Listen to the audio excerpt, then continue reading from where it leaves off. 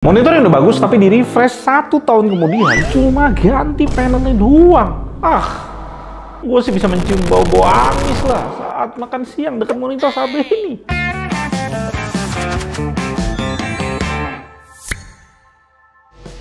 Beban di punggung G24 F2 ini sih sangat besar ya. Masalahnya F1 sekarang ini G24 inch gaming dan editing terbaik di bawah 3 juta. Dan untuk jadi lebih baik dari yang terbaik, it's freaking hard bro. Dan pas tahu kalau Gigabyte gunain body yang sama persis dengan tahun lalu untuk F2 yang di sini, gua bener-bener skeptik sampai punya asumsi kalau Gigabyte cuma ngelakuin refresh mode 2022-nya ini cuma buat terima tawaran pabrik panel aja. Pabrik panel lagi OC nih 170, 180 Hz. Ya Gigabyte ambil, jadilah F2 ini buat jualan lagi. Semuanya itu masih cuma asumsi selama belum kita tes kualitas panelnya lebih dalam. Sebelum itu kita B-roll.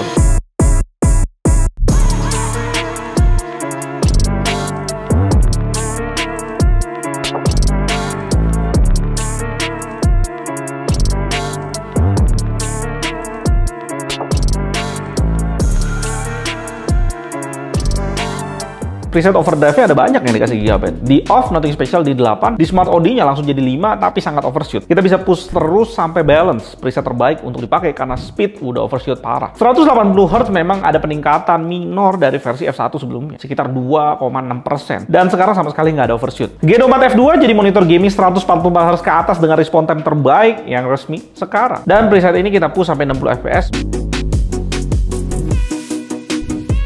Panelnya pun stabil dan secara average posisinya nggak terlalu banyak berubah bareng F1. Peningkatan 10 Hz di F2 tentu nambah informasi yang lebih banyak buat mata kita dan respon time juga lebih baik, tapi sangat-sangat minor. Dan sayangnya ketika gue lihat kualitas warna F2 ini, inilah yang mendukung asumsi gue di awal kalau Gigabyte cuma nge-refresh model F1 buat menuhin tawaran pabrik panel aja biar bisa jualan lagi dan naikin marketing di F2-nya. Secara CCT dan gamma sih sebenarnya masih fine, masih masuk ke kelas cukup akurat, tapi kenapa model lebih baru lebih tidak akurat di F2 ini dibanding model tahun lalu? Keputusan yang membingungkan dari Gigabyte. Secara gamut ada peningkatan yang kita lihat di P3-nya di unit ini sekitar 2-3%. Dan di Recording 2020 sih sekitaran 1% aja lebih baik. Tentu dengan kualitas keduanya kayak gitu, akurasi P3 di F2 masih kalah dibanding F1.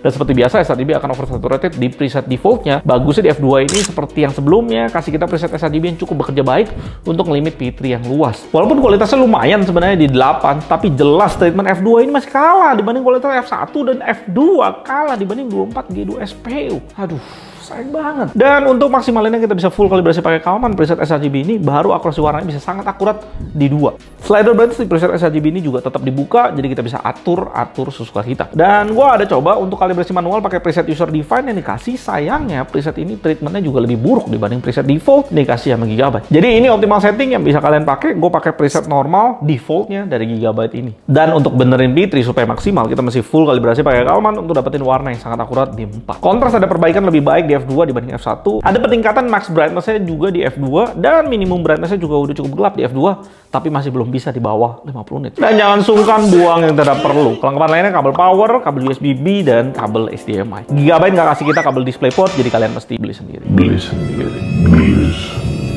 Di Tokopedia, G24 F2 ini sekitar 2,8 juta. Sementara pas video ini dibuat, F1 lagi habis dan kemarin gue sempat lihat F1 kalau lagi promo bisa sampai di harga 2,6 juta. Garansi Gigabyte Indonesia udah 3 tahun full mengcover berikut panelnya. Buat gue kenaikan 10 Hz dan kualitas respon time lebih baik 2-3% di F2. Tapi kita harus korbanin kualitas akurasi warna sRGB dan P3.